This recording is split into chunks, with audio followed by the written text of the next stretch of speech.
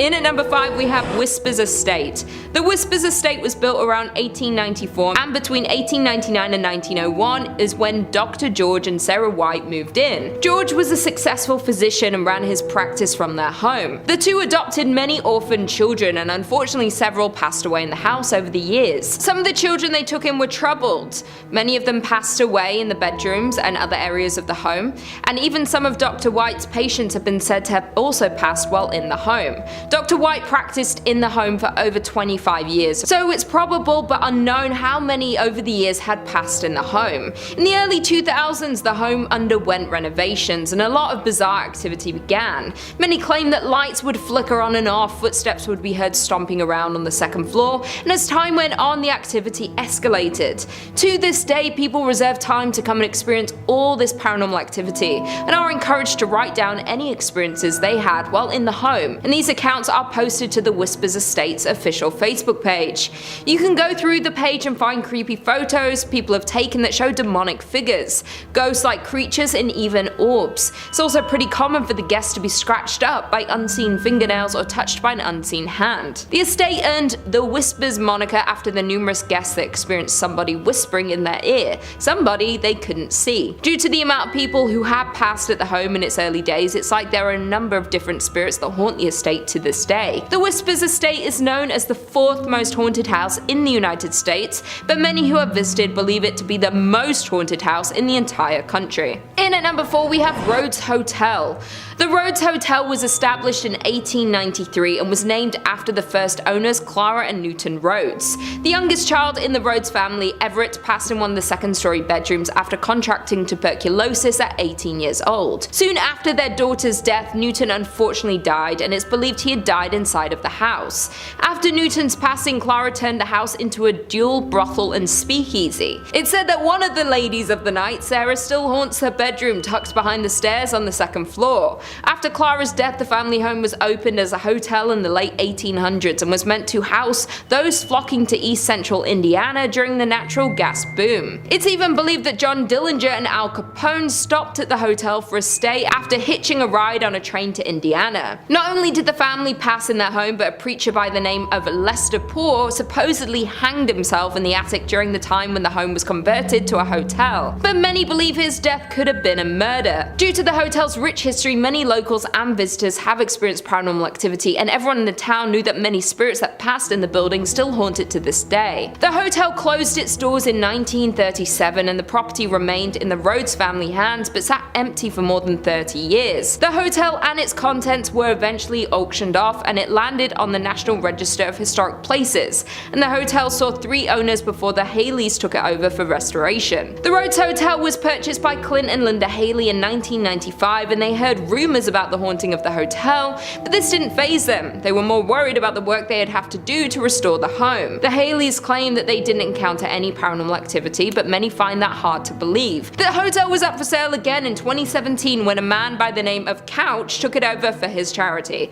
Couch had launched the Lost Limbs Foundation 4 years earlier, which raised funds for prosthetic limbs for children. To this day, Couch's charity has owned and run the hotel. Not only had it been named among Indiana's most haunted places, but the hotel is consistently booked for private and paranormal investigations. The overnight investigation tickets can get up to $200, and this hotel attracts people from across the country. There have been many investigators that believe there is extensive activity in this old hotel, and people have captured a figure-like shadow moving across the living room curtains with the use of night vision cameras. Most commonly, people hear whispers and the second floor creaking when no one is inside. Unlike the Haleys, Couch said he's seen and heard supernatural happenings in the hotel since moving onto the property in 2017. He's heard footsteps on the staircase, the property camera has turned off randomly, and picked up voices before the footage flickers back on.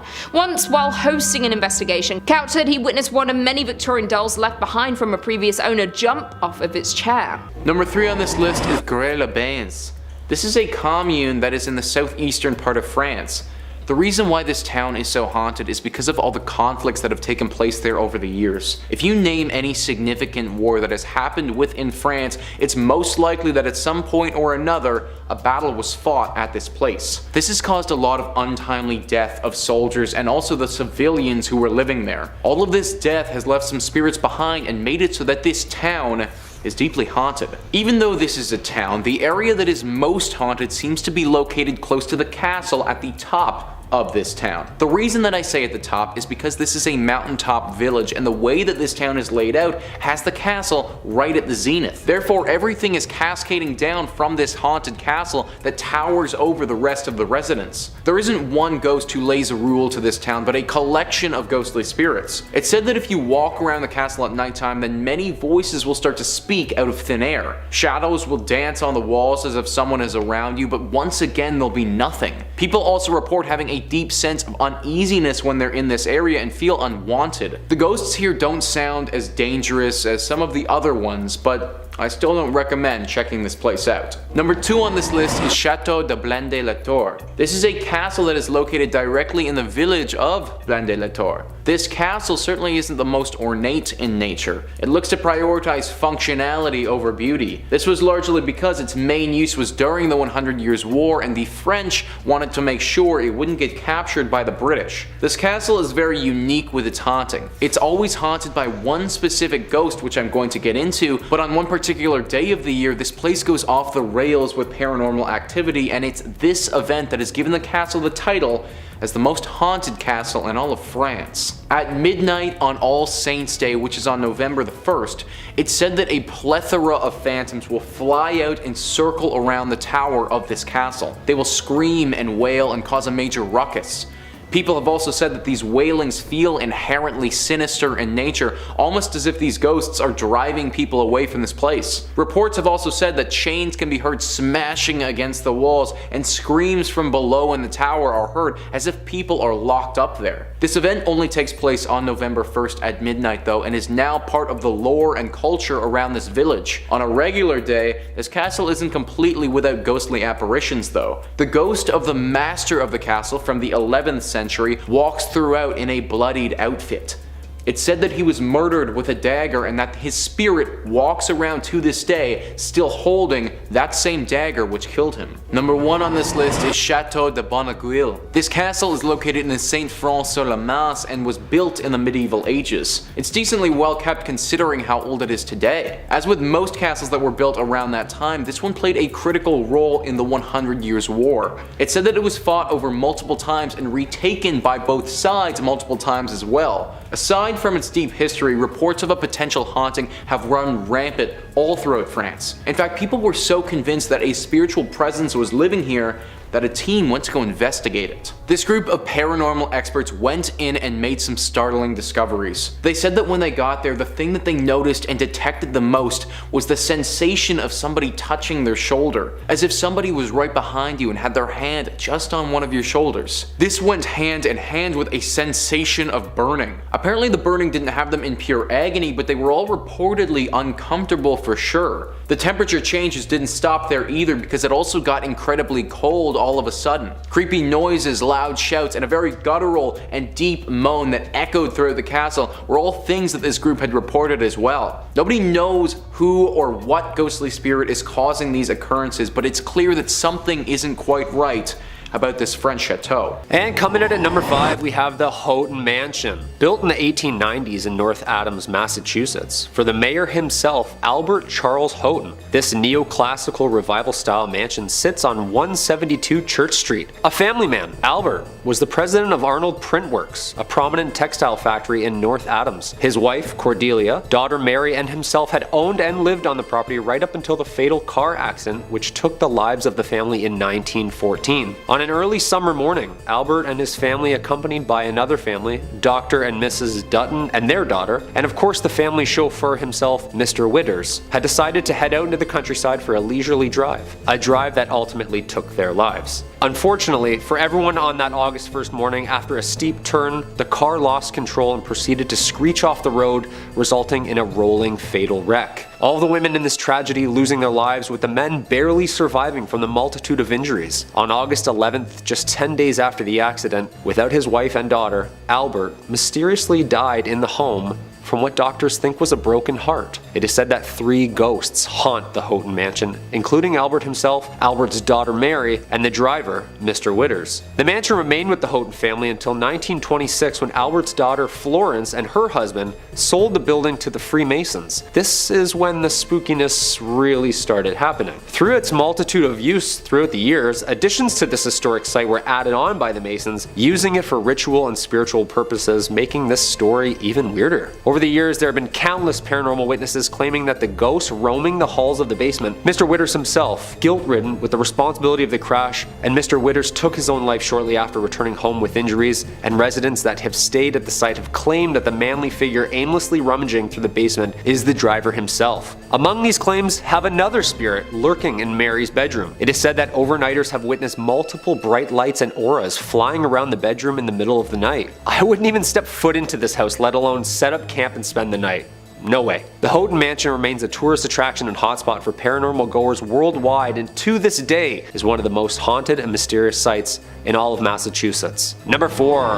The Husk Tunnel. The Husk Tunnel, from the Algonquin word place of stones and the Mohawk word forbidden, is a 4.75-mile active railroad tunnel in western Massachusetts that passes through the Husk Range, an extension of Vermont's Green Mountains, and runs from Deerfield River in the town of Florida to the city of North Adams. The construction began in 1815 and ending in 1875 with a budget of $2 million, at the time the largest tunnel ever constructed, and it was later the result of taking lives of over 200 men during its construction entirety, earning it the nickname from locals, the Bloody Pit. This haunted, barren 5-mile, completely enclosed stretch was subject to multiple accidents and deaths over the years, giving the tunnel its haunting history and reputation of being cursed itself. With the word forbidden, did the Mohawks know something that the workers didn't? Essentially, this cold, underground, pitch-black hole became one of America's strangest grave sites, resulting in everything from mysterious gas leaks, dynamite explosions, roofs collapsing, and even mechanic failures resulting in a mass flood. For the past decades, there have been numerous paranormal activity witnesses who have documented strange events, from police officers to the freight conductors themselves. Some of the reports over the last 100 years included numerous farmers and wagons ending up in different areas of the railroad, missing hours of time. The farmers had claimed that when spending time around the railroad and its tracks, that memory and confusion would always set in. Some residents have claimed that they have even been chased out of the tunnel by an unexpected freight train chugging along aggressively through the tunnel like a bat out of hell, and then vanishing. Numerous ghostly figures resembling workers roam the dark tunnel, and if that isn't scary enough, some people, including hearing the echoes and screams of even the workers who were buried alive under the rock, still holding their tools, or even seeing ghostly figures in pumping chambers where numerous men tirelessly making rafts not to drown. The Husk Tunnel remains one of the most visited and haunted places, marking it just one of the sites you'll probably never find me at. Just in 2020, the tunnel was yet again subject to a mysterious collapse, resulting in months of repair. Yeah, I say stop fixing it and just let it be. Coming in at number 3, we have the Golden North Hotel. The Skagway Golden North Hotel may look like a classic hotel located on the main street, but it has seen tragedy and has the ghosts to prove it. People say this place is haunted by a lady who passed away many years ago. She is bound to room 23 on the 3rd floor, but her presence can be felt in the area around the building. The locals tell the story of how this woman became bound to room 23. It's unknown in what year the story takes place, but it was many years ago. The woman was visiting the hotel with her husband. They visited the area so her husband could go on a gold expedition. The expedition was over a number of days to possibly weeks, and the wife was to stay at the hotel and explore the local area. The day arrived and the husband left on his expedition, leaving his wife alone. Not long after the husband had left, the woman caught pneumonia. She became sicker and sicker. There was no one in the area able to help her. She had no way to get to a local doctor with no knowledge of the area. She sadly passed away in little over a week due to her illness. When her husband returned, he was heartbroken to find his wife had passed. She had been laying in their room for weeks awaiting his return. The locals were shocked to hear what had happened, and horrified no one had heard her cries and helped her survive her ailment. Since then, she has been bound to the room. Other guests have heard sounds coming from the room which remains empty. The spirit can be heard coughing or choking. Some have said they saw her from the window of the hotel when walking around the area late at night. Some have even heard her cries for her husband. When anyone tries to investigate the room, they just find it empty and cold. The cold of the room takes over you as soon as you open the door. You can feel you are in the presence of a spirit and are overcome with sadness. Coming in at number 2, we have Independence Mine. The Independence Mine, now known as the Independence Mine State Historic Park, is the site of a former gold mining operation. It is located in Palmer, Alaska. The mining history in the area dates back to at least 1897. The mining town now sits abandoned. The operations were temporarily halted in 1950 with the plan to eventually resume operations. They were never able to resume the operations. This resulted in a well-preserved collection of mining equipment and buildings. Although weather has taken its toll, many of the buildings still stand today.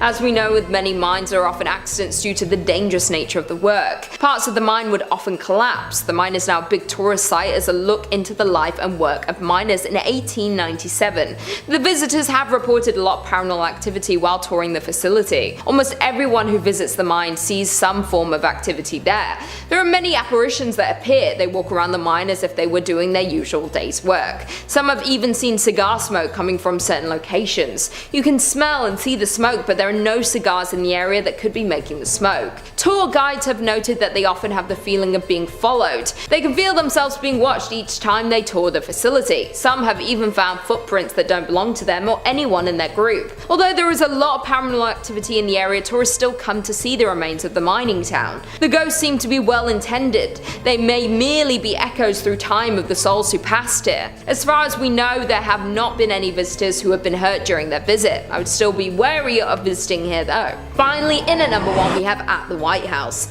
At the White House was built in 1902 and is now on the National Historic Register due to how long it has been standing in the community.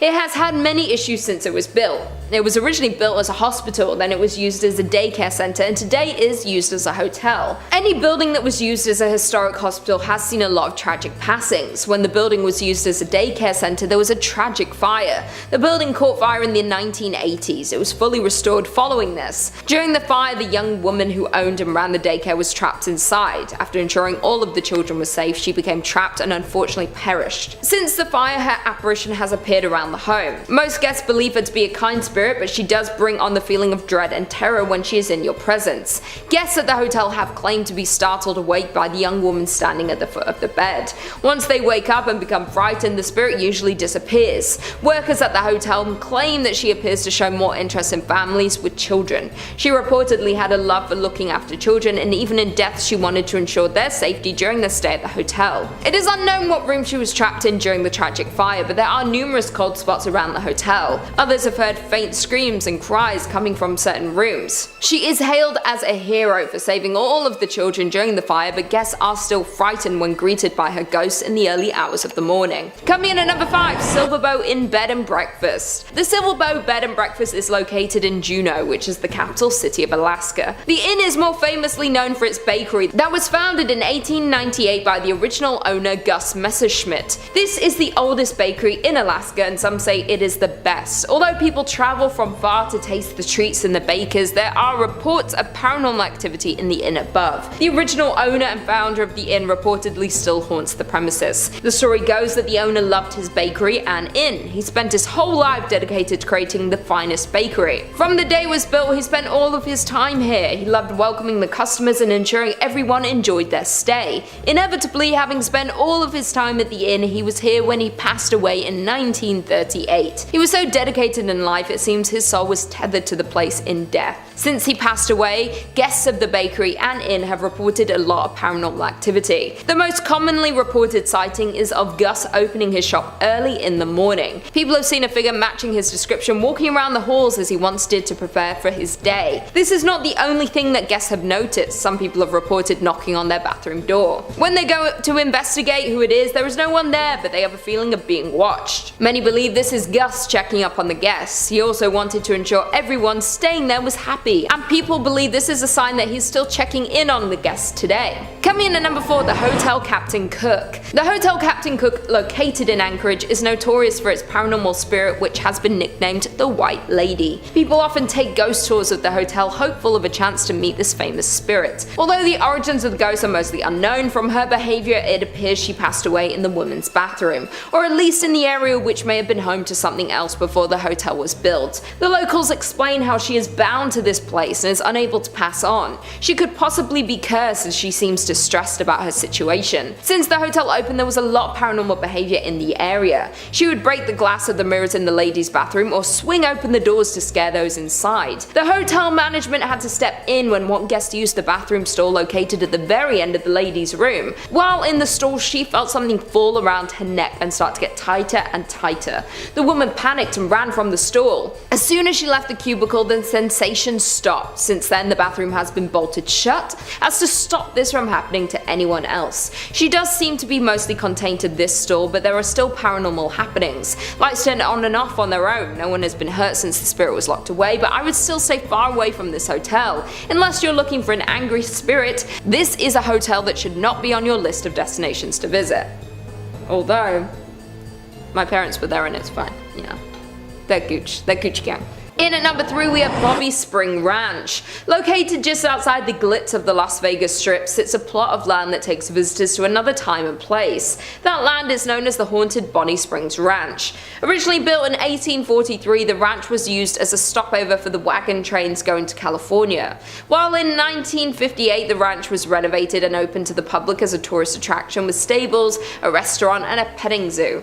Later a functioning saloon, shops, wax museum, wedding chapel and replica schoolhouse were added to the ranch. There is not only one ghost that roams the ranch, as it's known there are multiple spirits that reside at the Bobby Springs. But one of Bonnie Spring Ranch's most commonly cited ghosts is that of a little girl. Her spirit is mostly sighted playing in and around the town schoolhouse before suddenly disappearing. The nearby merry-go-round has also been known to turn on its own unexplainably, where many believe it could be the spirit of the little girl playing on the ride. Another active area of Bonnie Springs Ranch for paranormal activity is the Wax Figure Museum. This small tunnel-like maze leads guests through a creepy history display, which literally comes to life for some. Many have claimed to witness these wax figurines move on their own and appear as though they are inhaling breath. The ranch's management even had to allegedly nail the displays down as they were moving out of position so frequently. The final and most evil of Bonnie Springs Ranch's hauntings are found within the Opera House. It is here that a darker, more negative energy is present. The spirit takes the form of a dark shadow figure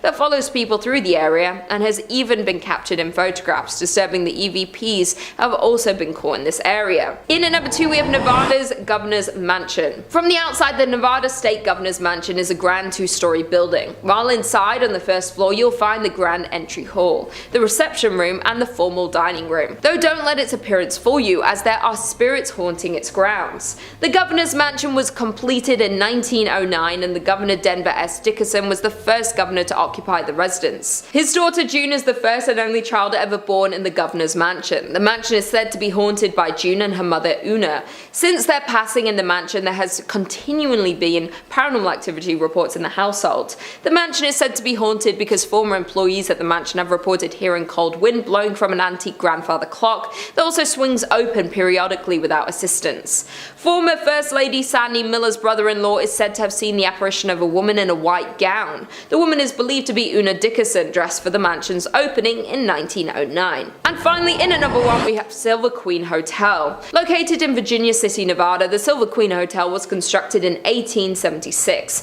This makes it the oldest hotel in Virginia City.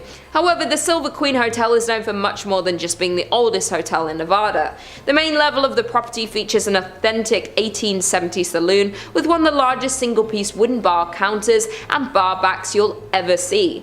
The Silver Queen is also a popular destination for weddings, as there is a historic chapel on site. Of all of the allegedly haunted places in Nevada, paranormal experts tend to agree that Virginia City, as an entire city, is the most collectively haunted place in Nevada, especially as staff, guests, and countless paranormal investigators are certain that ghosts roam the 138-year-old property. One of the most active spirits that haunt the hotel is Rosie. Rosie was an adult entertainment worker who dealt business in the Silver Queens. Though during the late 1800s in room 11, Rosie lost her life. Her story remains mysterious, but Rosie is said to have never left the Silver Queen, making countless appearances in the decades following her passing. Even though the entire hotel is carpeted, guests have often reported loud steps on a wooden floor, rattling doorknobs, the sound of voices, or even the sight of Rosie herself at the top of a long staircase where she has been spotted lingering. Other visitors report on TripAdvisor and Yelp describing the loud noises at night and an unexplainable sense of eeriness. One guest had a more terrifying encounter in the hotel as they described described getting chased down the hallway in the middle of the night by a ghost. Coming in at number 5 we have Mispah Hotel. Named after the Mispah mine, the hotel was opened in 1905. The hotel is considered a historic beacon of central Nevada's mining boom that came and went and left behind a trail of ghost towns, and is located between Las Vegas and Reno in Tonopah, Nevada, which has a population of around 2,000. Due to it being originally opened at the height of Tonopah's silver boom, it hosted celebrities and wealthy investors. The famous celebrities that have been linked to the hotel are Howard Hughes, Jack Dempsey, and Wyatt Earp. Additionally, at the time it was the tallest building in Nevada and was one of the first luxury hotels in the state. At the time that it was built, it was heralded as a sign of Tonopah's prosperity, as it was displayed on newspaper headlines, proudly displayed in the Mispah during the area. However, over time several accidents and crimes took place on the hotel grounds, making the hotel need to close and reopen several times, most recently in 2011 after being closed and boarded up for 10 years. The hotel is considered haunted and is known for the story of the Lady in Red. The Lady in Red was a high-class adult worker who lived in the top floor of the Mispah. She sadly lost her life at the hands of a man in the hotel by her lover. Her lover wanted her to give up her work for him, though she did not want to do that. Due to the disagreement, she sadly met her fate in the hotel. The room where paranormal activity is most active would be the room where she lost her life, and it's considered the Lady in Red's room. And it is the very room you can now book and stay in on the top floor. There have been reports from guests and staff of the Lady in Red being seen riding the elevator, while other reports of hearing her whisper in the guests and staff ears. Additionally, she is known to leave pearls in the bed of guests that she is fond of. That being said, the Lady in Red is not the only spirit that haunts the hotel, as there is a nameless soldier who died in the hotel, and unfortunately they never were able to be identified. It has been reported that the soldier haunts the 3rd and 4th floors. Guests have also reported of a force tugging at the back of their shirts and unexplained giggling, while others report the inability to sleep because they felt as if someone was standing next to the bed watching them all night. The Mispah Hotel has been named the most haunted hotel in America, and for a good reason. In at number 4 we have Goldfield Hotel. Located in Goldfield, Nevada, you'll find the Goldfield Hotel. The hotel opened in 1902 and formed a large crowd of visitors and guests in its early years of operation. In its early years, the Goldfield Hotel was visited by politicians, bankers, and gunslingers. Built in the heart of the town, the Goldfield Hotel was one of the most sought out buildings in Goldfield and was known as the finest hotel between San Francisco and Denver. The man behind the hotel was George Wingfield, a successful and wealthy banker, mining magnate, and joint owner of the booming Goldfield Consolidated Mines Company. However, as with many boom towns, Goldfield's mines eventually dried up, causing the population and stream of hotel guests began to dwindle. The hotel went through a series of owners, from private owners to the US Army during World War II, and now is owned by Red Robert's son. The Goldfield Hotel was once the most spectacular hotel in the state of Nevada, but today operates under a different notion as one of the most haunted places in Nevada, if not the entire United States. The most known ghost story is of a woman named Elizabeth, who was speculated to be George Wingfield's mistress. Elizabeth became pregnant with Wingfield's child, and to protect his marriage, George paid her to stay away, though he grew fearful that he would get exposed for cheating on his wife. Therefore, George ultimately locked her in room 109 throughout her entire pregnancy. Wingfield fed her food and water to keep her alive until the child was born, but then Elizabeth disappeared altogether and was never to be seen again. Many guests touring the Goldfield Hotel have claimed to see Elizabeth's ghost, and some even claim to hear crying, notably calling out for her child. George's ghost is also said to haunt the hotel, with guests reporting to the lingering smell of cigars and ashes being left on the floor. Those aren't the only ghosts that haunt the Goldfield Hotel, as other spirits of those who lost their lives on the grounds of Goldfield have been reported to be seen lurking in the halls and lobby of the old hotel. Number 3 on this list is the Driskill Hotel. This hotel is located in Austin and has a very haunted history. Thrillist says, you might not think the Driskill is haunted based on its clean and recently renovated interior or its brief, stunning appearance on AMC's Texas-brimmed drama, The Sons, but it's loaded with plenty of stories that keep even the most adventurous guests running from these historic halls. Consider the girl who fell to her death down the grand staircase, the brides who killed themselves in the bathtub of the same room exactly 20 years apart, and the reports of Colonel Jesse Driskill checking on his hotel, cigar still lit in his mouth. These spirits have haunted many people throughout the years of this hotel's operation. So many reports of sightings and feelings of presences have been had. Lots of people say that they'll feel someone over their shoulder, touching their hair, or a hand on their back, but when they turn around, they don't see anything at all. A few rooms in particular have had some stark temperature changes happen to them, so much so that people have had to request to change rooms because it got so cold. Some people have even reported seeing an orb of light floating around the stairwell, never getting close enough to a person for them to touch it, but seemingly tempting them with its presence. This is your classic haunted hotel, and it checks all the boxes as being one of the most haunted spots in Texas. Number 2 on this list is the AI Engineering Building. Now these days when somebody says AI, you automatically think of artificial intelligence, but that's not actually what this AI stands for. It actually stands for Animal Industries. Texas Highways says, in 1959, Roy Simmons, foreman of the meat locker in Texas A&M University's old Animal Industries building, was performing a bit of a routine butchery on a slab of bacon. As he was cutting toward himself, the knife slipped in his hand, stabbing his leg near the groin. The blade cut open his femoral artery. His assistant, who'd stepped out for a moment, returned to find him bleeding out on the floor. An ambulance was summoned, but in vain. Simmons died before he could be removed from the building. Sims' death was a tragic accident, but it doesn't take much for a tragic accident to take on a more ghostly cast. In the daytime, we never thought much about any ghosts or strange occurrences, says Jeffrey Saville, a Texas A&M professor who was an undergrad and grad student in the 1970s. It was the nights when we were in the meat laboratory conducting research, usually by ourselves, that one would hear strange noises or feel like you weren't alone. Over the years, Saville says, students and custodians working in the bowels of the building have reported invisible footsteps, strange noises, and objects scattered far from their original resting spots. Saville attributes many of the stories to the natural spookiness of an old building and noisy machinery such as the elevator and the refrigeration compressors. A series of renovations of the building have turned the site of Sims' accident into an office space. Whether or not Sims' ghost roams the hallways, Saville says, one thing keeping his memory alive is the lesson offered by his death. It became a precautionary tale each semester as we visited with students about safety and meat cutting. It gets their attention when you tell them that somebody lost their life because of a knife accident. And I imagine it also gets their attention when his literal ghost is haunting them as they try to learn. If you're big into animal industries, then maybe look at some other schooling options before settling in on Texas A&M. And finally, number 1 on this list is Goatmans Bridge. Now this bridge isn't the greatest of all time like the name might suggest. In fact, it's probably one of the worst bridges of all time based on how freaking haunted it is.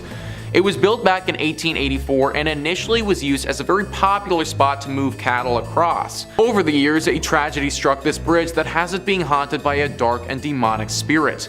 It's a sad story where a colored goat farmer was murdered by some Klansmen on this bridge many years ago.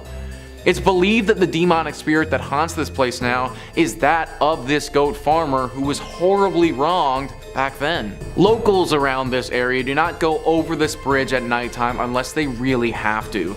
So many sightings have happened over the years where people will go over the bridge and be met on the other side by said where people will go over this bridge and be met on the other side by this said angry spirit.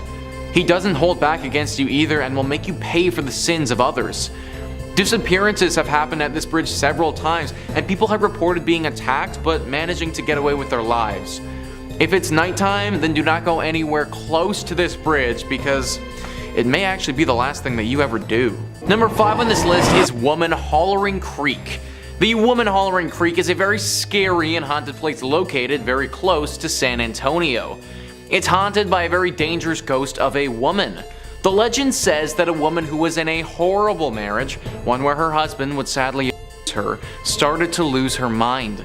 She fell into a deep depression and in the creek that we're looking at, drowned her. She did this right before she took her own life as well, making it one of the saddest tragedies in this region's history. Well, it seems that her spirit never actually moved on. Her ghost is believed to regret what she did and how it all happened and can't find peace. Her regret manifests itself in a very sick and scary way though. She misses her children, and it's believed that if a child is by the bank, she will grab them and bring them down to the bottom of the creek with her to be her friend. Sadly, as you may have guessed, this doesn't go well for whoever was taken. This is why parents warn their children about going near this place without their supervision. It's very likely that this legend is just a tale made up by parents to scare their kids into staying by their side, but considering the potential consequences, I wouldn't want to take the risk. Number 4 on this list is La Carafe. Most times, bars are a sanctuary. In fact, in the entirety of the time that I've been hosting on this channel, I don't know if I've ever talked about a haunted bar before. Hard to get a place haunted when everybody that goes there is usually drinking and having a good time. A haunted bar is exactly what we have with this entry though. Thrillist says, some bars have that special, boozy charm that keeps the wine flowing and customers returning. For La Carafe, however, their popularity lies within their infamous ghost sightings and architectural ode to the French Quarter. Built in 1847, this bar is said to be the oldest pub in the downtown Market Square district. Every inch of the cozy nook sports an eclectic history, from the numerous black and white photographs on the walls to the tales of important figures such as Sam Houston being a regular guest there. And considering this building's antiquated age, it's no surprise that a couple of phantoms also call this place home. Among the rumored residents is a former bartender named Carl, who still clocks in for his shift and keeps an eye on the establishment, especially on the second floor, which is reportedly vacant after closing time. Customers have also reported glasses breaking, hearing heavy footsteps and eerie bangs, and sensing cold spots in the bathroom. This is definitely a weird one because nobody really knows why this place is as haunted as it is. Like, yes, the bar owner kind of makes sense, but from my reading, he didn't die in an unusual or tragic way by any means, just a normal passing. I suppose the good thing here is that these spirits don't seem to be particularly aggressive, and if I could just get a drink with some ghosts without fearing for my life, then, I mean, that'd be pretty cool. However, ghosts are unpredictable to say the least, and I'm sure that there are plenty of other bars in Houston that aren't haunted where you could grab a beer. In at number 3 we have Avon Bridge. The Avon Bridge is known to be haunted by almost every local living in the area. It is a massive trip-arch railroad trestle spinning a rural road over White Lick Creek. The bridge is a fascinating landmark in Hendricks County with lots of legends and history surrounding it, some more sinister than others. There are a few historical facts about the bridge that we do know. It was built in 1906 off County Road 625, was designed by W.M. Dunn, and is still used today. Many haunted stories surround this bridge and the area surrounding it. One story claims that a mother had been walking on the tracks and fell to her death. The mother's wailing could be heard when you drive under the bridge. It's common for many locals to honk when driving under the bridge in an effort to muffle her screams. Another story is that a drunk rail worker slipped during construction and was buried alive in the wet cement. The tale is that when a train goes over the bridge, people claim to still hear his moaning. Many locals say that if you go near the bridge at night, you will hear moaning and can see a ghostly figure of a ghost or even 2 or 3 at a time. If you're traveling near the bridge on a hot summer day, you may be witness to the ghost tears streaming down the concrete. Many people don't even refer to it as the Avon Bridge. It's often called the Haunted Avon Bridge because of the number of accounts of ghost sightings and constant sounds of the moans and screams heard from the ghosts that haunt the bridge. In at number 2 we have James Allison Mansion. The James Allison Mansion was built for James Allison, and it was a dream home, done in a grand design and style that exhibited James's wealth and importance. James was an important figure in the auto and plane industry, greatly helping in the development of cars and airplanes. He founded the Presto Light Company, which produced the first efficient headlight for early automobiles, and was a founding partner in Carl Fisher's Indianapolis Motor Speedway. He also started Allison Engineering Company, which evolved and transformed into an aircraft engine make known today as the Allison division of Rolls-Royce. James purchased the 65-acre estate, and he and his wife Sarah built this glorious mansion, starting construction in 1911 and finishing in 1913. The massive home had an elevator, a billiard room, an indoor pool in the basement, a breakfast room, a library, a grand kitchen, and even pumped-in ice water. 15 years after the Allisons built their forever home, James then fell in love with his secretary, and he divorced his wife Sarah in 1928. Only a month later, James married this this former employee, Lucille Musset. However, James contracted a fatal case of pneumonia and died shortly after marrying his second wife at the age of 56. In 1936, the estate went up for sale, and that same year it was bought by Sisters of St. Francis of Oldenburg. The former Allison home became a home for the college's library, administrative offices, classrooms, and sleeping quarters for the sisters. There have been many things seen and heard throughout the years since it became a college. There was a girl who had drowned in the pool in the basement, and James's untimely death in the home. Both people could be haunting this mansion to this day. It's said that people who pass through a sudden accident or a bout of illness, sometimes their spirits hang around, perhaps unaware that they have died or not wanting to accept their deaths, and this is the case for both the little girl and James. The entity of a little girl is often seen throughout the mansion. There are strange cries that are heard from the basement, in the attic, and objects seem to move by themselves and can completely disappear. There is another entity seen and could possibly be more than one, and they like to take keys and objects and move them to odd places. The library in particular is often completely rearranged, like the books and furniture. And finally, in at number 1 we have French Lick Springs Hotel. Nestled in the small resort town of French Lick sits the massive French Lick Springs Hotel. This legendary hotel was constructed in 1845 and is a crown jewel of the southern Indiana town, but there's more to this resort than meets the eye. This Indiana hotel is known to be one of the most haunted places in the state. Thomas Taggart was a mayor at the time and purchased the hotel in 1888. After purchasing the hotel, he added luxurious furnishings, marble floors, and built 2 championship golf courses. During this time, Taggart became the Democratic National Chairman, and the hotel became the unofficial headquarters of the Democratic National Party. In 1931, Franklin Roosevelt visited the hotel because of its Democratic standing and won the presidency a mere year later.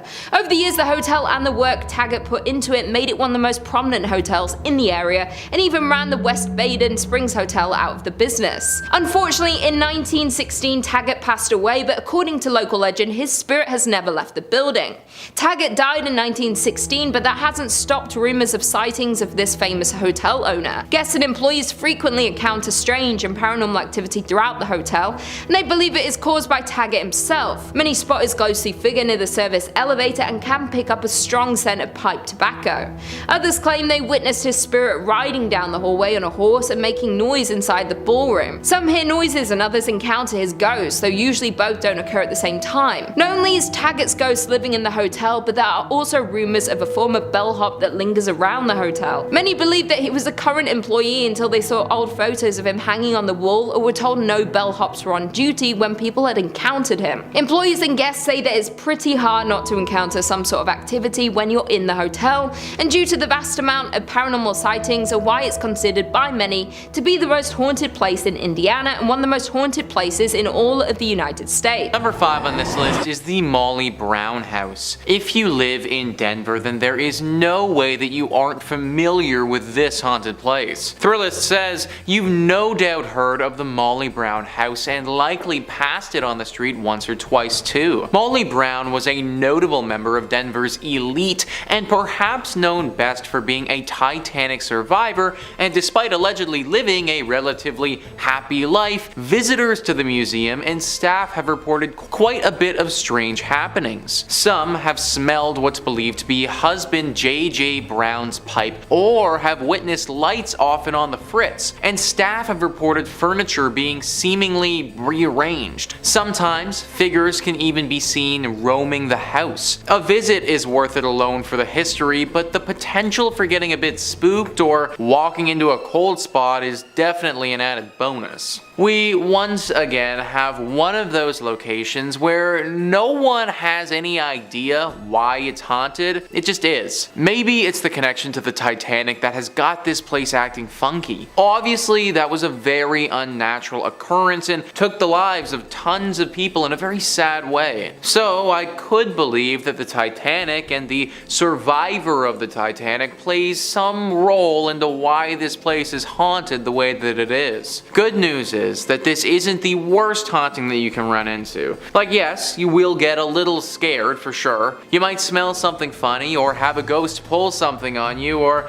even maybe have small valuables go missing. But ultimately, you probably shouldn't be dragged to the underworld here by some shadow demon or anything like that. So I guess if you were to visit any place on this list, then this one wouldn't be the worst. Just be prepared for what's coming, because if you aren't, then it could leave you with some serious mental trauma. Number 4 on this list is Phantom Canyon Road. You need to be very careful on this road because there is a good chance you could suffer a serious crash if you aren't. Thrillist says a haunted road is one thing, but a haunted road in Colorado means you're likely on the edge of a mountain and at some serious elevation. Phantom Canyon Road is a detour off the Gold Belt Tour byway connecting Cripple Creek and Florence and was originally the railroad for that route. As you drive along, you can clearly see the ghost towns of Wilbur, Adelaide, and Glenbrook, and legend has it that the reason for Phantom Canyon's name is credited to sightings of a man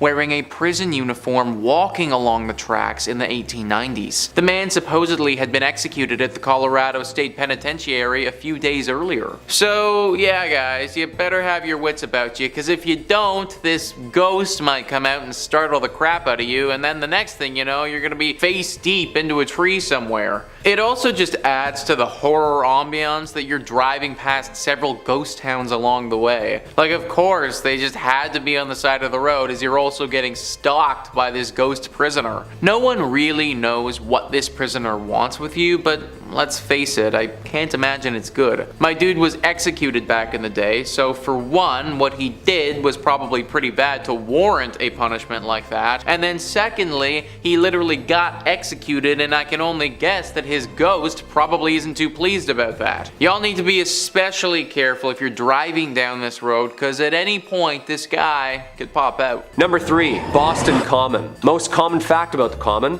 one of the most haunted places in Boston. That rhymed really weird, didn't it? If you're out for a walk and feel the need to brush up on your American history, then you can be sure to either see the ladies by the trees or the Patriot men rushing the battlefront. Well, what's left behind from them at least. The Boston Common had a multi-purpose identity through the centuries. Originally as a farm, and then trading grounds for the British and American military, the Common was used as a camp during the American Revolutionary War. 20 minutes to load these old muskets and a lot of people dying. It was also used for public hangings up until 1817, most of which were from the large oaks, which were eventually all replaced with gallows in 1769. These grounds held weight during the witch trials and made a perfect open concept park that a spectacle could be enjoyed at. These people were sick. This place has seen its fair share of violence. The 350-year-old park is full of graves, ghosts, and gallows. It's almost impossible to know just how many bodies lay underneath the park, like a cesspool of unmarked graves from many different eras. Most buried here were low class, sick, or died in battle. Oh, and of course were hanged in front of the public. This place is home to many dark shadows, cold spots, and the occasional smell of gunpowder. Next time you're in Boston, swing by one of America's oldest and fullest cemeteries and see if you can see anything for yourself. Number 2,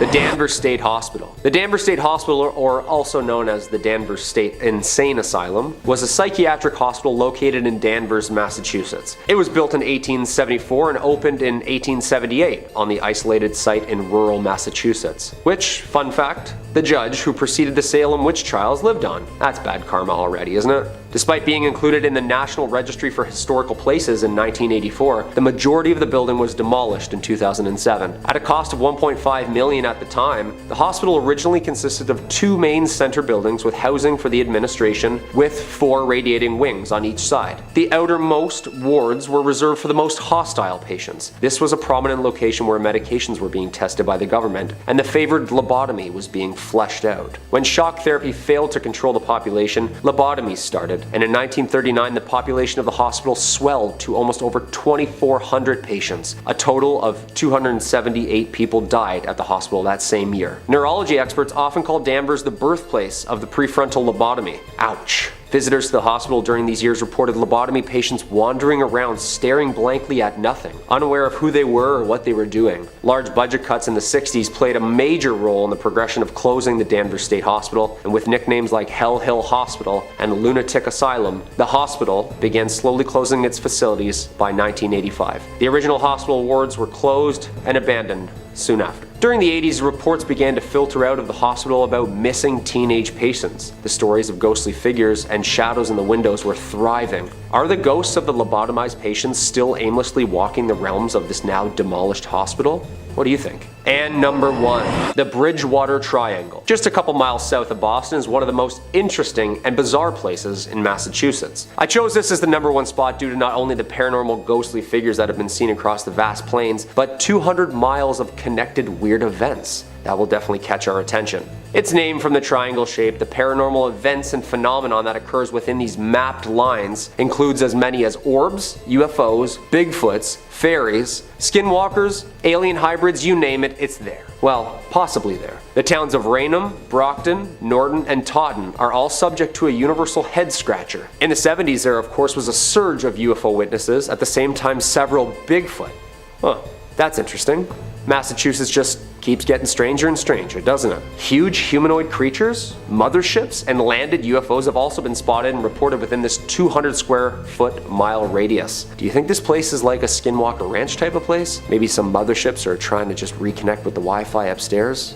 I don't know. Whatever it is, the Bridgewater Triangle has been home to numerous documentaries and folklore and attracts spooky goers each year with its variety of paranormal activity. Number 5, Hakok Swamp. Already sounds pretty scary in itself. Something about swamps, you know what I mean? During the 17th century, the Hakok Swamp was used as a fortress by the Wampanoag people, the predominant band of natives in the area, against invasion by the early British settlers. It played a landscape role in King Philip's War as a strategic base of which to launch assaults with nearby English settlements. During the 18th and 19th centuries, settlers deemed the swamp to be useless, barren land, and it didn't really do much besides sit there and just kind of take up space. They attempted to drain it and convert it into a profitable farmland, however, nothing really grew.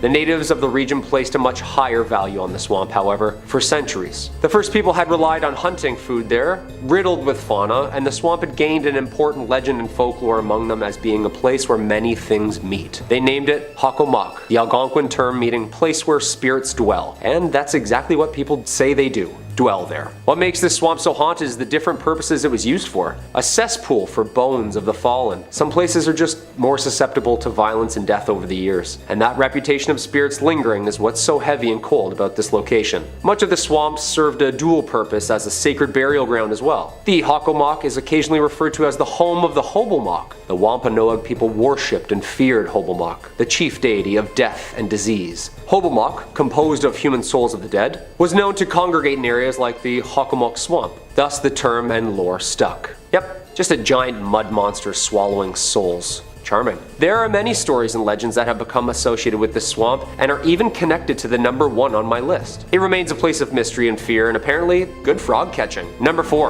Lowell Cemetery. Lowell Cemetery is a cemetery located in Lowell, Massachusetts. Founded in 1841 and located on the banks of the Concord River, the cemetery is one of the oldest garden cemeteries in the country, making it a perfect place for violence and an eternity of soul searching. Many of Lowell's wealthy industrialists are buried here under lavish Victorian tombstones. Visitors have claimed that this is one of Massachusetts' most haunted cemeteries. What makes a haunted cemetery more haunted than another haunted cemetery, you know? Is there like a competition or like a quota or something? Just gotta keep the numbers up. What is it? I feel like every local claims their cemetery is the oldest and most haunted, and this brings me to our fair maiden here, the mysterious witch, Bonnie. A popular meeting place amongst the local teens at night for some scares and some screams, the statue of a woman with her arms outstretched on a rectangular tomb, her hands clutching a veil that falls down behind her body as though it were a cloak caught in the wind. Her eyes lay cold, staring at the heavens. Under her left eye, a black tear. Paranormal researchers have claimed that the statue holds more of an electromagnetic current, and strange things can be seen in front and around the statue, making it seem like it's moving from time to time.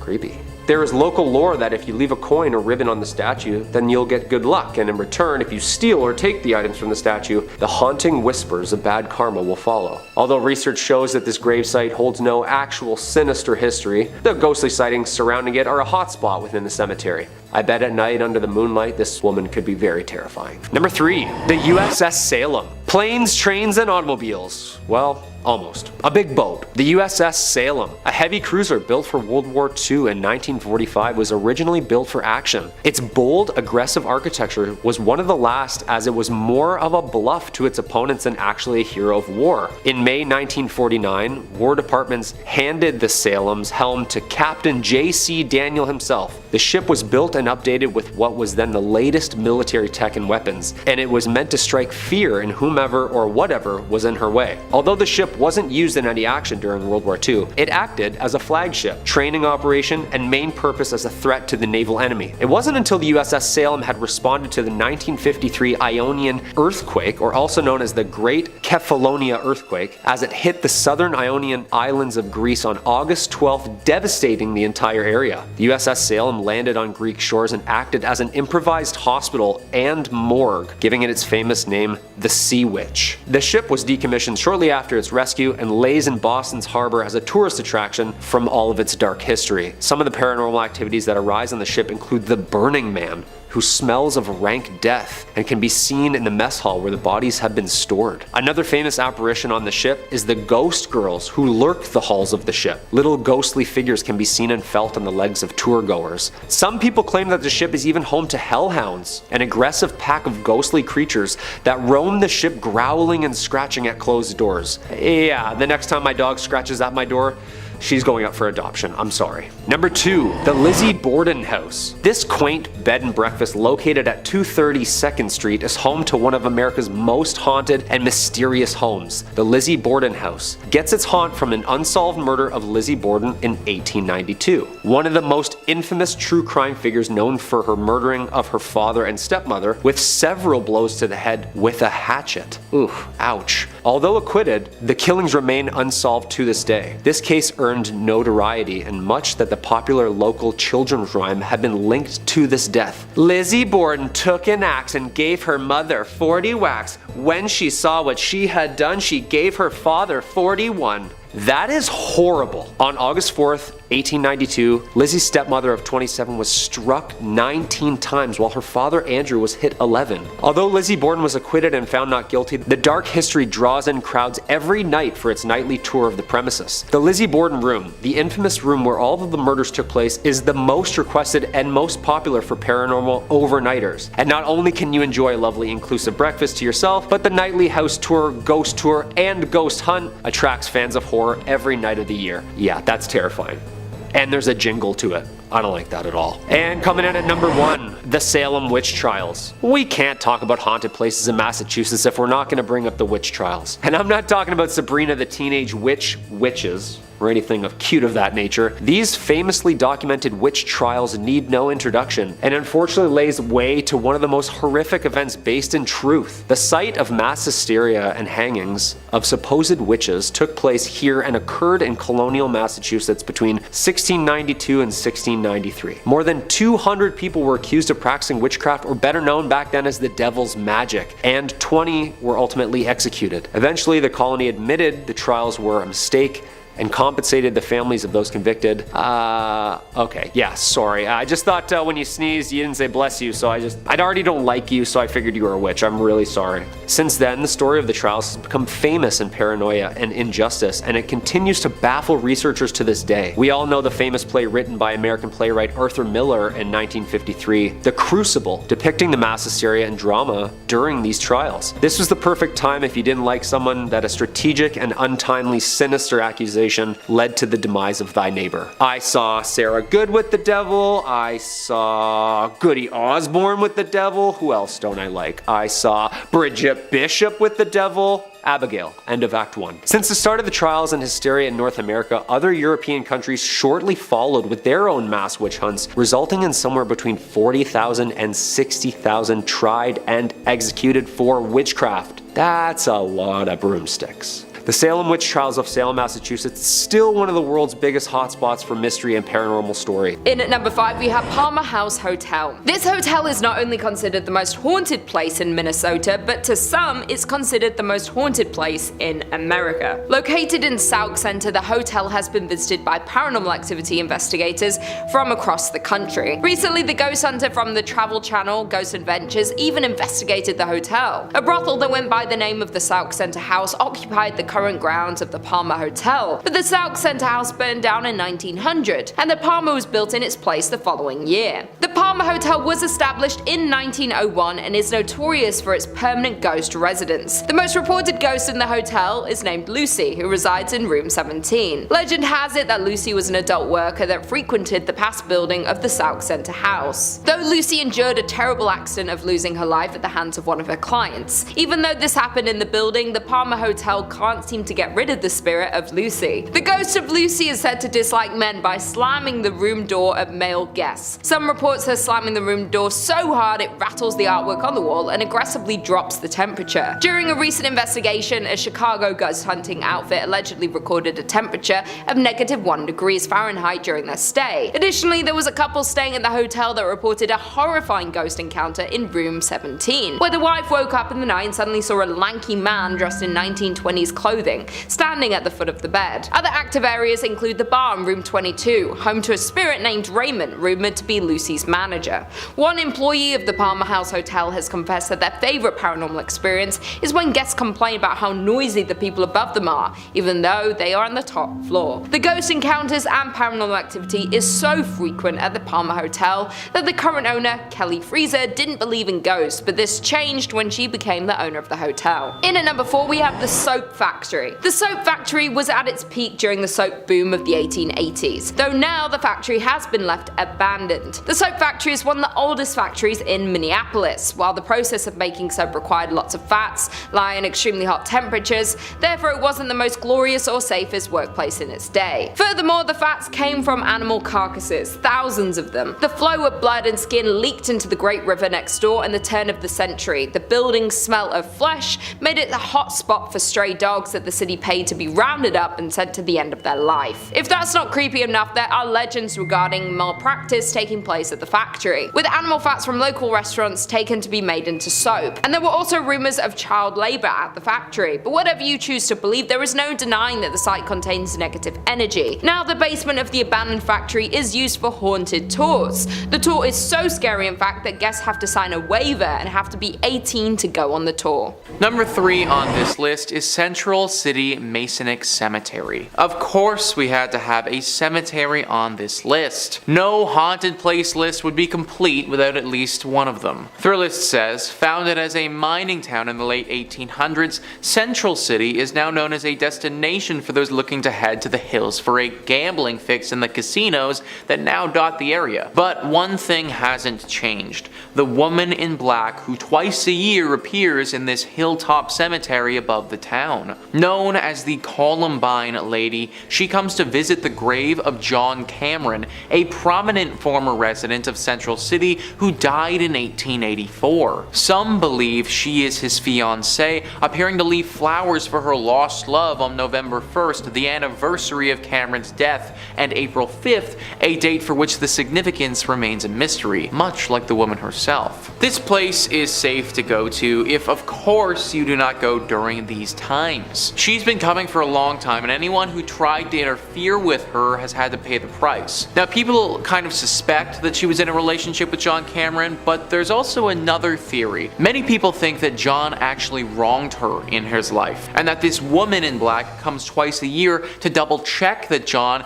is still dead and hasn't come back to life by some means. Pretty scary tale for sure, one that you probably don't want to get involved with. Number 2 on this list is the Broadmoor. Located in Colorado Springs, this hotel would be freaking awesome if it wasn't so haunted. Thrillist says this sprawling 5-star hotel has a lot to offer for anyone seeking a relaxing and indulgent getaway. But along with the golf course, spa, and nearby zoo, there's one feature you won't find in any brochure. Staff and guests alike have reported the presence of a woman, often in the penthouse where Julia Penrose, co-founder of the property, once lived. While not confirmed, Penrose's death is said to have been surrounded by a strange occurrence in which she went missing and was later found, confused and shaking in the woods nearby with no memory of how she got there. She passed away a week later, and perhaps her spirit remains, watching over the property and seeking answers about her own mysterious death. Now I am wondering, man, how did Penrose die? Like, this whole story feels like a movie or something like that. I truly think somebody needs to get in here and investigate what the heck happened here. Cause like, should we be scared of the region because this is gonna happen again? Was Julia doing something specific before she disappeared, and should we avoid doing that thing? There are just so many questions that need to be answered here, and sadly I can't do it from the comfort of Toronto. That being said, I'm also not trying to end up like Julia, and therefore will be leaving this job to somebody far more qualified. And finally, number 1 on this list is the Highlands Ranch Mansion. A truly picturesque mansion, one that's been standing for over 100 years and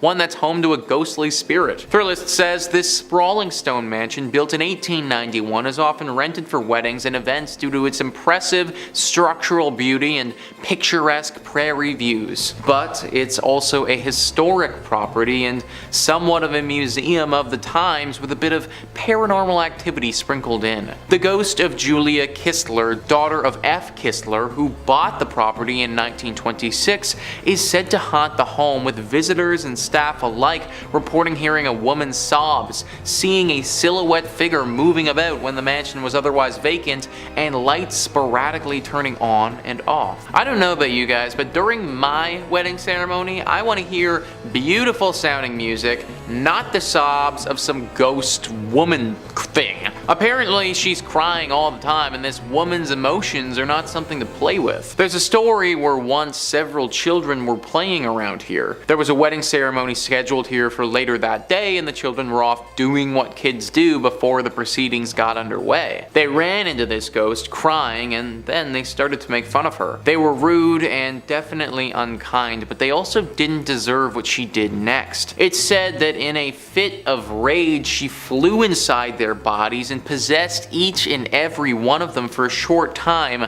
showing them things that were truly terrifying. Things that have ultimately changed those boys' lives and altered their mentality forever. Any ghost that's capable of doing something like that, that's one that I don't want to be around. Number 5 on this list is Villa Paula. This haunted place is located in Miami and has quite the interesting guest in the backyard. Thrillist says this stately white mansion was originally constructed as the Cuban consulate in the mid-1920s, home to Consul Domingo Millard and his wife, Paula. The Cuban-born Paula was known to spend her days playing piano and drinking Cuban coffee until she died from complications from a leg amputation in 1932. Legend has it that Domingo interred his late wife in a sarcophagus laid in the backyard. The sarcophagus is still there now, covered by ficus tree roots and nearly impossible to reach. Whether or not it actually contains her mortal remains is debatable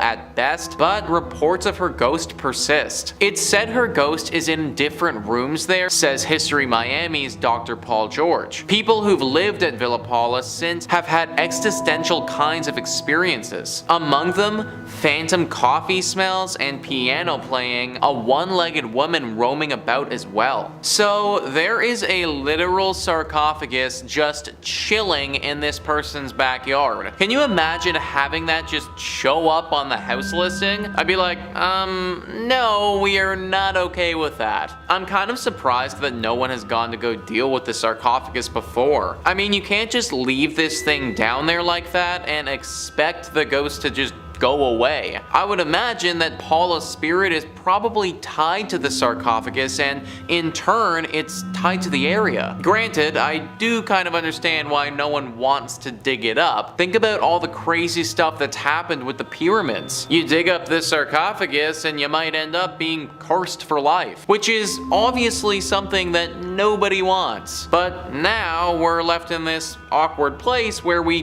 can't get rid of the ghost, but at the same time can't live here either. That's why I'm recommending to all of you watching, just avoid Villa Paula altogether. Number 4 on this list is the Blue Anchor Pub. So this is an interesting one because this pub didn't actually start in Florida. Thrillist says this pub was built in 1840s London during Jack the Ripper times, so it should be no surprise that it's haunted. The story goes that the bar was raised in London, but its wooden interiors were sent to New York City and then onto this sleepy Florida town in 1996. Little did anyone know that the pub's original elements came with the ghost of Bertha Starkley, a cheating wife who was murdered by her husband. Today, she can be heard rattling pots, knocking things over, and wailing in the middle of the night at the Blue Anchor. Every night around 10 p.m., the time that she was murdered,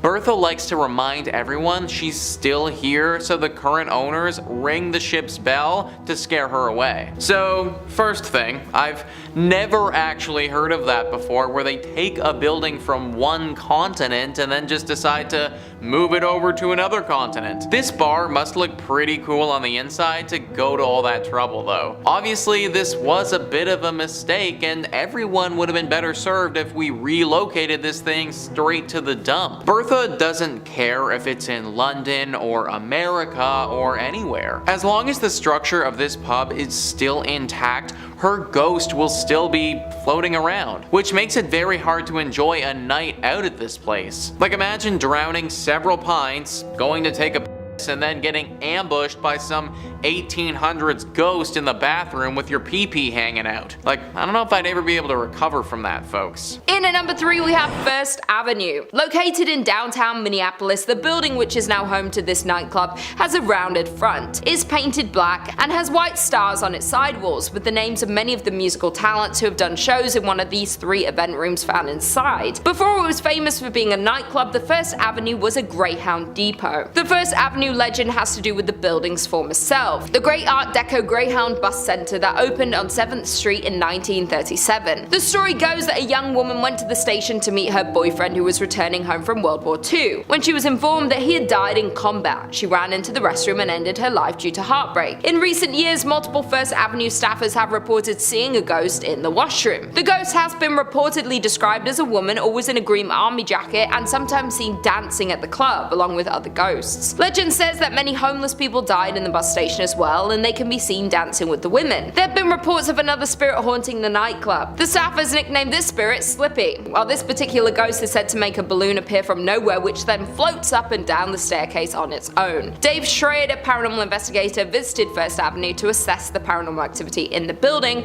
multiple times and has concluded that the building is indeed haunted by many spirits, indicating that the record room is the most active area of the site. While DJs that have played at the venue have reported frequently hearing strange noises through their headphones, such as growls, voices, and screams, other performers report their equipment being pushed off stage with no explanation. In at number 2 we have Schmidt Brewery. Schmidt Brewery became the largest in Minnesota by 1860, producing 1,200 barrels annually and shipping them as far south as Tennessee. It was restructured as the St. Paul Brewing Company in 1898 before being sold to Jacob Schmidt soon after in 1900. Since its opening in 1884, many ghost hunters have visited the Schmidt Brewery to experience some of the many rumored paranormal activities. The brewery has been the site of many constant unexplainable instances, from fires to people losing their lives to terrible accidents. This place has seen a lot of scary sights. While the victims of these events linger around to haunt the grounds of the brewery, even though the building is now used as an artist's loft, that doesn't take away the scary history of the Schmidt Brewery. While most of the ghosts that haunt the grounds of the old brewery have to do with ordinary brewery workers dying in terrible accidents, in 1896 2 workers lost their lives in an explosion. Furthermore, in 1902 a worker fell down an unmarked elevator shaft. Additionally, in 1904 Matthew Colo, a worker whose job was to light gas lamps in the brewery, lost his life from inhaling flames. Schmidt Brewery has been a St. Paul haunt since 1855 for more than a couple of reasons, when owner Jacob Schmidt took down the original North Star Brewery sign,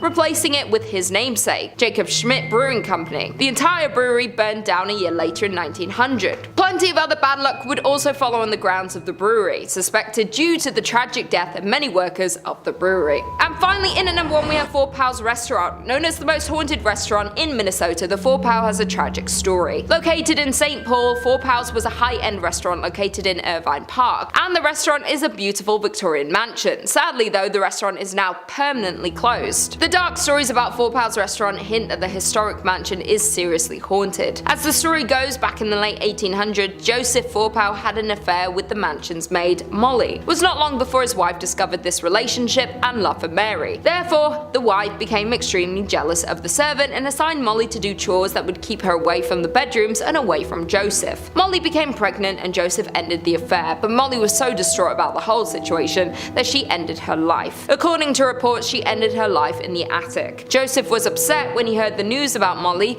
that he figured he could not stay in the house where his beloved died. One day he went out for a walk and ended his life as well. Since then, restaurant guests and employees have reported creepy sightings of a woman dressed in 1800s attire, lights turning off and on by themselves, and strange noises coming from the attic. In one case, the disturbances were so chaotic that it led to an investigation by the St. Paul police, whose canine dog refused to enter the attic. It is said that Joseph and Molly both haunt Four Pals, but many guests have said Molly is more active spirit. People say they have seen the two walking around the dining area, but Molly bangs on walls and smashes glasses. Some people say they can smell her lavender perfume. That being said, Mr. Four Pal is also sometimes seen, and his ghost has been reported wearing a dark waistcoat, silk vest, pinstripe trousers, and a derby hat. He can be seen going to the basement, at which time the lights flicker and shuffling noises are heard. He roams the house and has been caught on film many times. The former staff of the restaurant have also reported on many occasions when they would go floor by floor turning off lights as they closed down for the night. Then when the staff members get in their cars to leave, they'll notice the top floor light is on. Nevertheless, if the restaurant is haunted, the story of Mr. Four Pal and Molly is one of the most devastating to date. In 5th place, we have Preston Castle, also known as the Preston School of Industry in Ione. Opening in 1894 and named after state senator at the time, Edward Myers Prestonas, it was presented as an alternative to juvie, a place to send troubled boys to learn a new trade and avoid incarceration. To the general public, it quickly became known as the best reform school of its kind, where boys could grow their own food, raise livestock, learn farming trades and skills for self-preservation in the real world. Known as wards, minors under guardianship of the state, but not necessarily juvenile offenders, many boys passed from severe illnesses like tuberculosis or were simply killed by guards for reasons unknown. Records show that the initiation to the facility involved swimming through a pool filled with lye, and common discipline methods included starvation, isolation, public paddling, and lashings. A mass grave on the property contains at least 23 bodies of wards that were sent to be rehabilitated. Head housekeeper of the facility, Anna Corbin, was brutally beaten to death on February 23rd of 1950. Various students and members of the staff were suspects in her passing, but it remains unsolved. Visitors to the now landmark have reported meeting her spirit, which roams around the grounds with all the students that couldn't pass over. Physical representations of spirits at this location have included multiple slamming doors, falling objects, disembodied voices, and the feeling of being touched by a cold hand.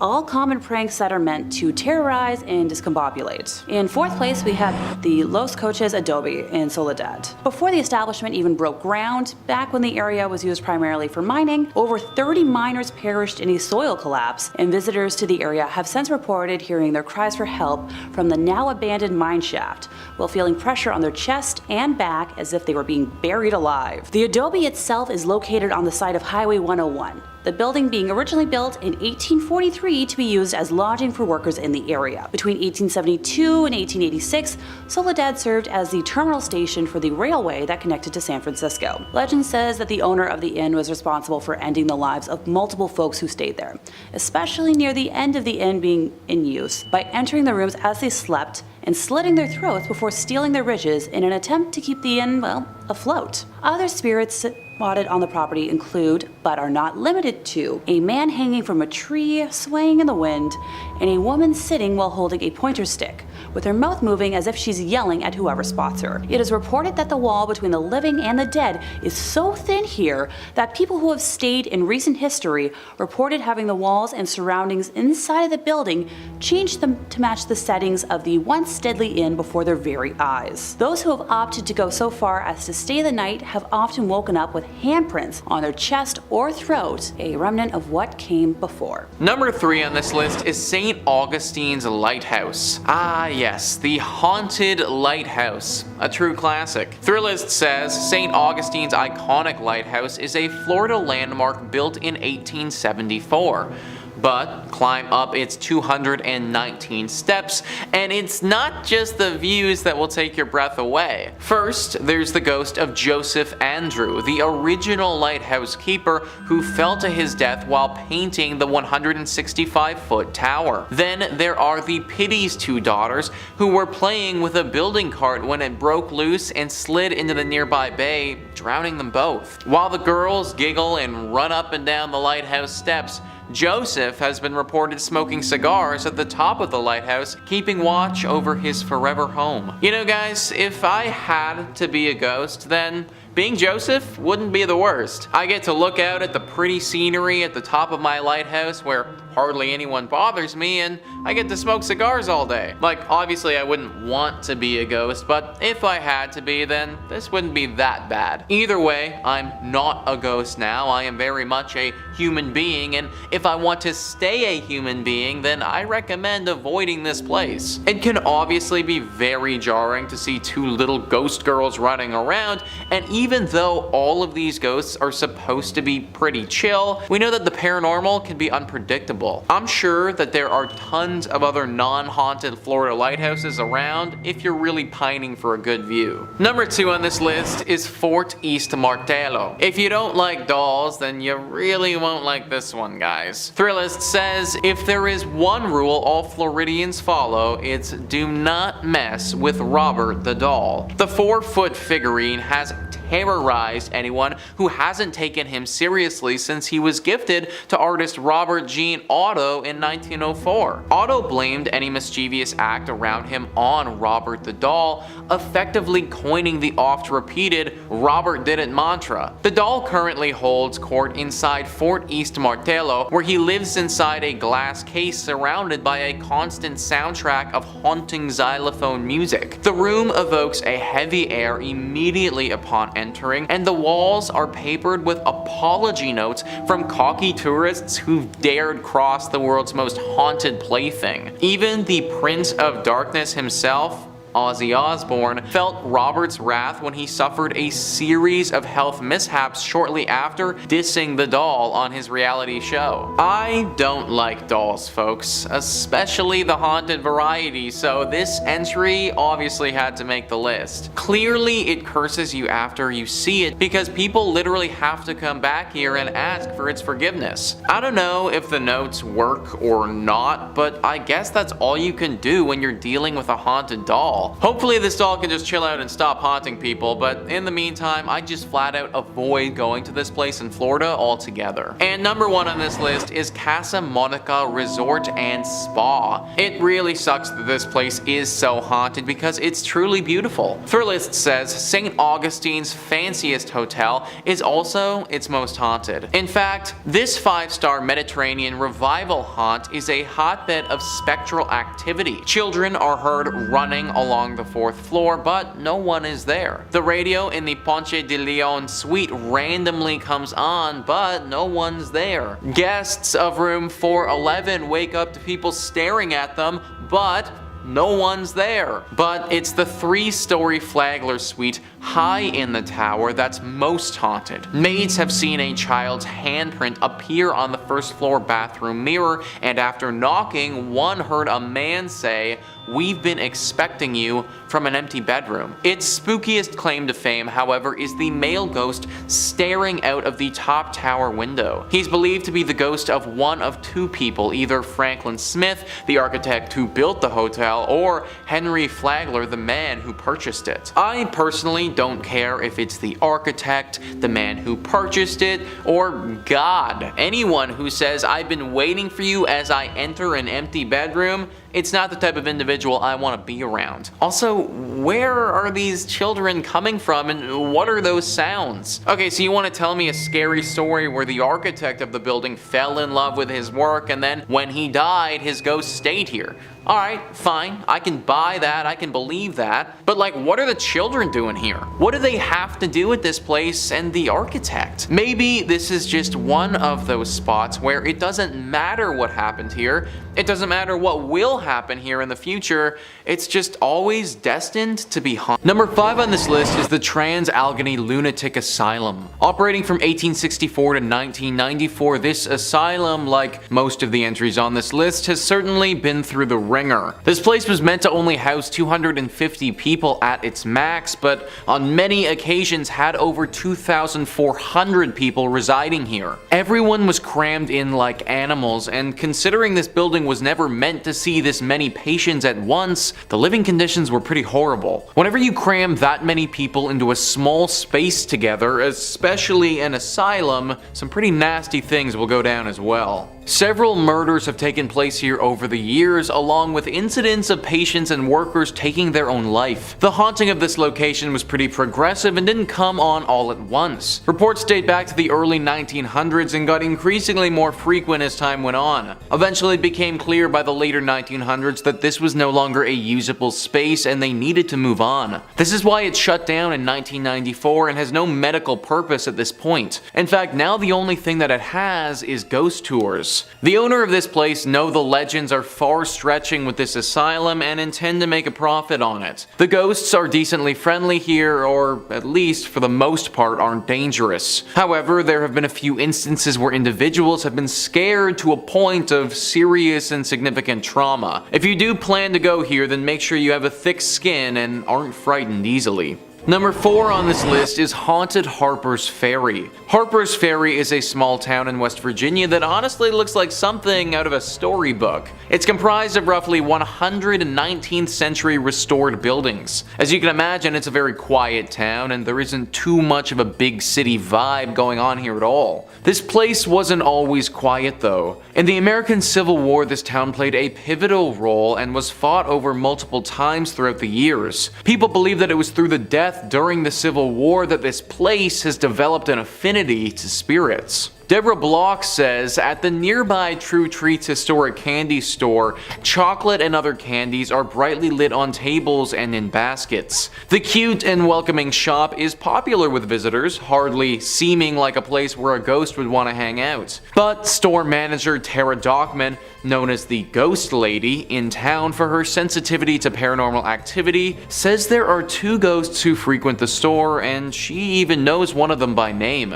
The female has a white flowy gown and she goes to the top floor of the store where there are no customers, she explained. And Colby, a man, likes to show himself and usually shows a shoulder or a pants leg which you'll see walk across a room. They both like to throw candy around and slam doors on customers. Dockman said Colby is a troublemaker who may also push people. She assured me that she had spoken to him about not bothering me while I was in the shop and was hiding in a corner storage area. Tara isn't some nutbag who's the only one who sees ghosts here either. Tons of people in the town have had run-ins with them. In fact, the biggest attraction this town has to offer are the ghost tours that highlight how haunted this place truly is. In 3rd place, time to visit the Bodie State Historic Park. Formerly a genuine gold mining town located east of the Sierra Nevada mountain range in Mono County, California, and now a national landmark, it is known as one of the best preserved ghost towns in the world. It is named after W.S. Bodie, first name unknown, but rumored to be either William or Waterman, discovered gold in 1859 in an area now known as Brody Bluff. He tragically passed in a snowstorm that same winter and was never present for what came to be. According to pioneer Judge McClinton, the district's name was changed from the proper spelling of B-O-D-E-Y to B-O-D-Y,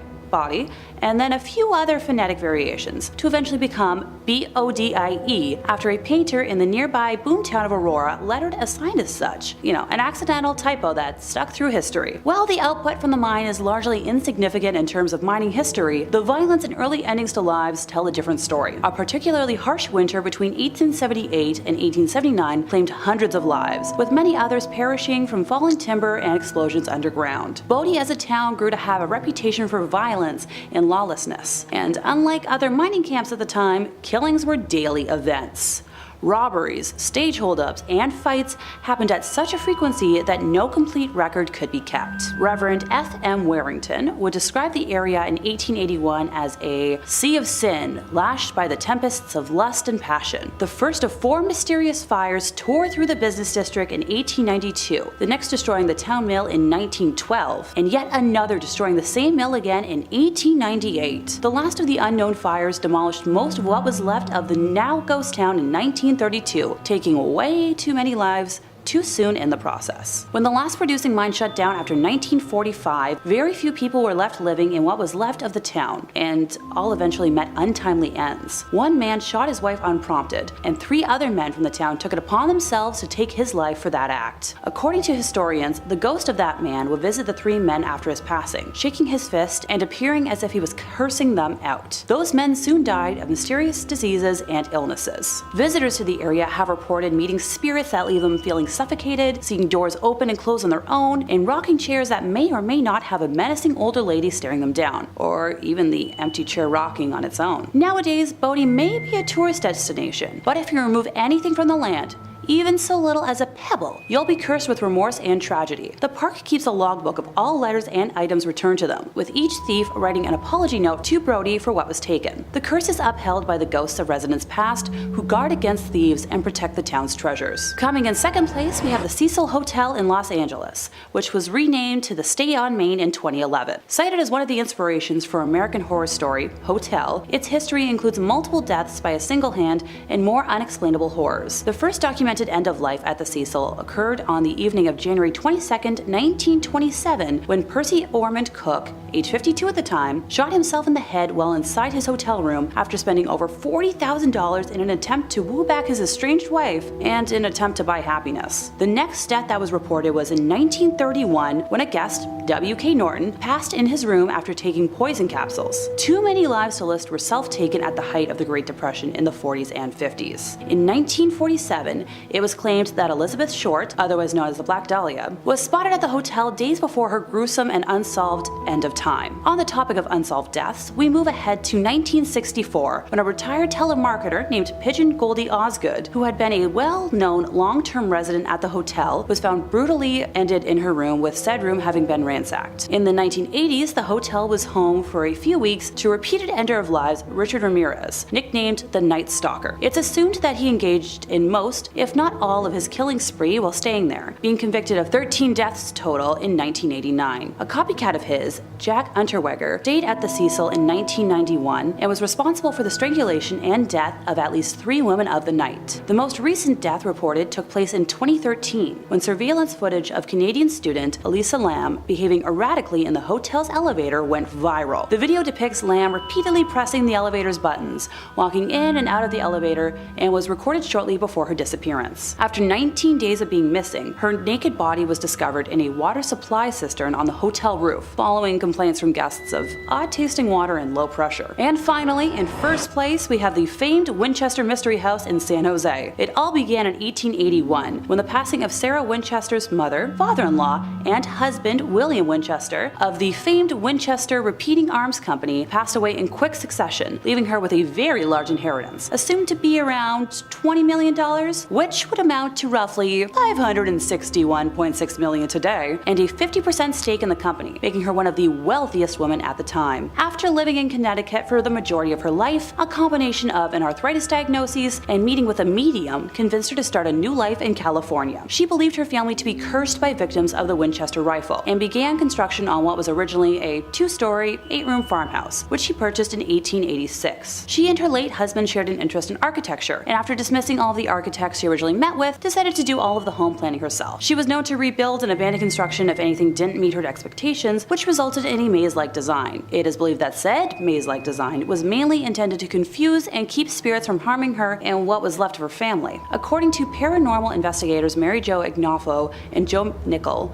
the bell tower built on the property was used to summon spirits, and Sarah was known to throw lavish parties for the beings she feared in an attempt to please them. It was reported in the San Jose News in 1897 that a 7-story tower was torn down and rebuilt 16 times. As a result of her expansions, there are walled-off exterior windows and doors that lead to nowhere, along with staircases that end suddenly, and as the house grew in size, up to 5 additional levels were added to the home. When the 1906 San Francisco earthquake hit, the damage to the home was quite extensive. The 7-story tower and most of the chimneys collapsed. An entire wing was destroyed, along with the 3rd and 4th story additions, and pipes that were protruding from what were once window boxes. Before the earthquake, the house is believed to have had 500 rooms, and at this time of Sarah's passing in 1922, the house had 160 rooms, 2,000 doors, 10,000 windows, 47 stairways, 47 fireplaces, 13 bathrooms, and 6 kitchens. Visitors to the house today have reported multiple instances of experiencing cold spots, footsteps, cooking smells,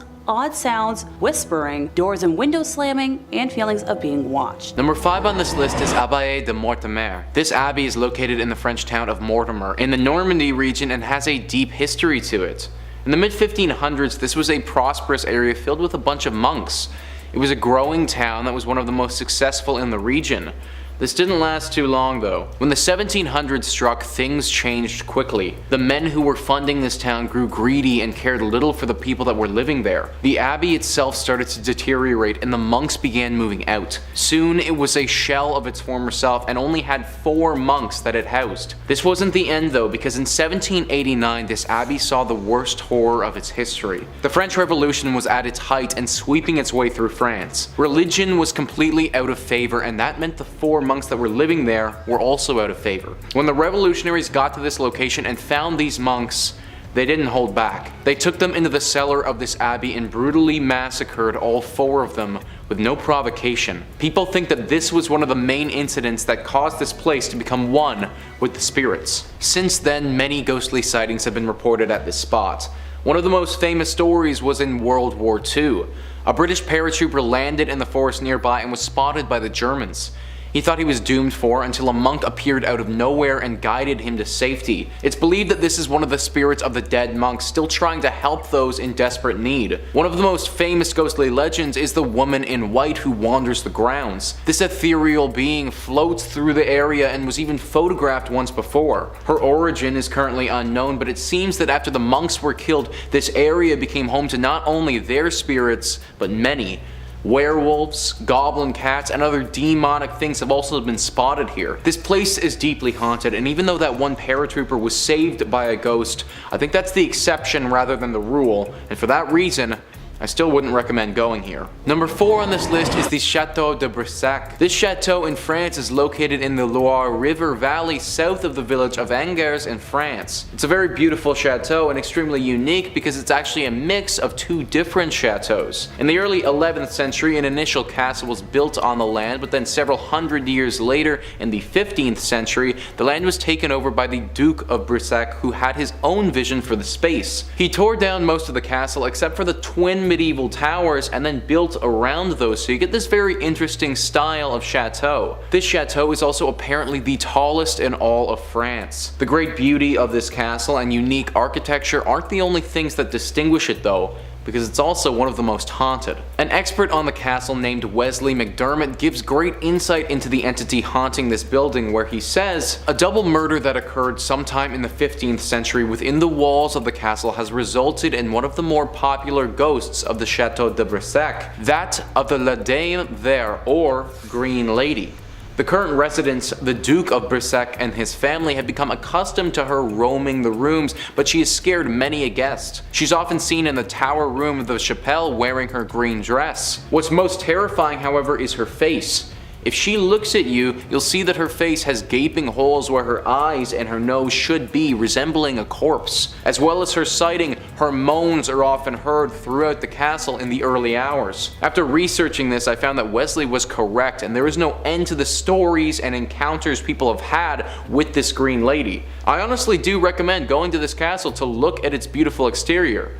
Going inside, though, is something that I wouldn't do. Number 3 on this list is Lake Shawnee Amusement Park. The park is no longer functional, and based on all of the incidents that went down here, that's probably a good thing. It all started in the 1700s when a settler, Mitchell Clay, and the local Shawnee Native Americans fought and ended with 3 of Clay's dying and lots of Shawnee warriors passing away as well. This was the inciting incident of the tragic movie that is Lake Shawnee Amusement Park. Also, 200 years later, in the 1920s, this land was bought and turned into an amusement park. The buyer wasn't aware of this history though, and didn't realize the dark mark that had been left here by that battle so many years ago. There were a decent amount of tragic incidents that went down here while the amusement park was operational, but there are 2 that stand out as being the most stunning. The first one involved a young girl on the swings. While she was on the swings, a delivery truck, without seeing her, backed straight into her and she passed away. The second one involved someone who drowned in the swimming pool because their arm got stuck in the drain.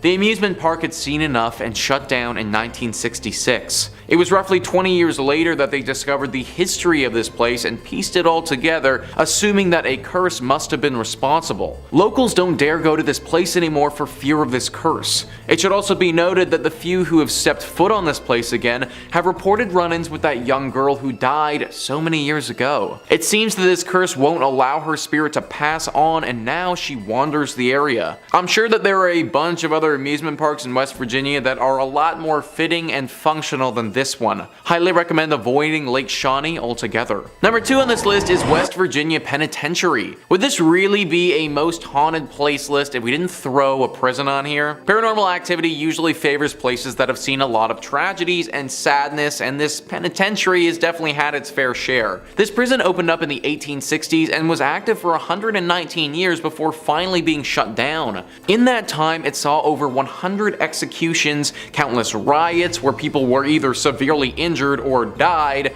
fires, and an insane amount of human rights violations. All of this has led to what we have now, which is just a really haunted prison. Though the prisoners are gone, they're not forgotten, and by many accounts, the ghosts of some of the 998 men who died here still roam free. There's a shadow man that has been seen and even photographed. Staff of the prison have been accosted by unseen forces. Strange noises still echo throughout the cell blocks, and something dark lurks in the bowels of the building. That was a small passage from Moundsville Haunted History, who are familiar with the prison. 998 men though. That's how many different individuals are thought to potentially haunt this place. That's literally a full-on ghost army right there, guys. This place must have been horrible if that many people's souls are left wandering around this space. If I was the owner of this spot, I'd do those 998 people a favor and just knock this place to the ground. Maybe then these ghosts can finally rest. And finally, number 1 on this list is Point Pleasant. This has got to be the top spot on our list, just considering the amount of lore surrounding the creature here. The Mothman. If you're watching videos on this channel, then I imagine you're already probably familiar with what this creature is, but for those who aren't,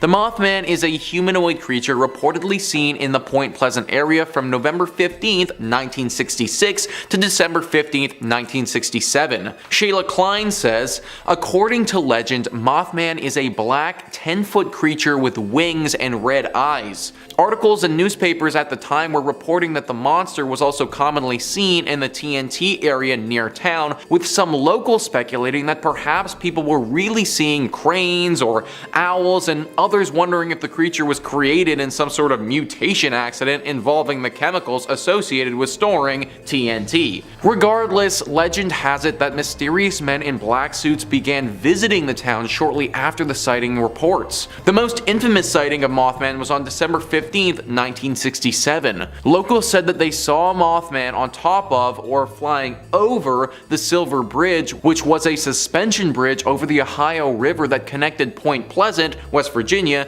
to Gallipolis, Ohio. According to Mothman lore, shortly after the creature was spotted on the bridge collapsed, resulting in the deaths of 46 people. An investigation into the disaster found that a fracture in a suspension chain was the cause. This is one of the most famous American urban legends ever. The amount of people who saw this creature during this period of time and the fact that high-ranking secret officials started to investigate it all point to its legitimacy. It was active for about a year and then just totally disappeared though, and nobody knows what happened to it. The leading theory is that the government was able to capture whatever it was and probably took it to a secret base to study it. If that's the case, then Point Pleasant is most likely safe now, but be wary of what's flying over top of you if you do decide to go here.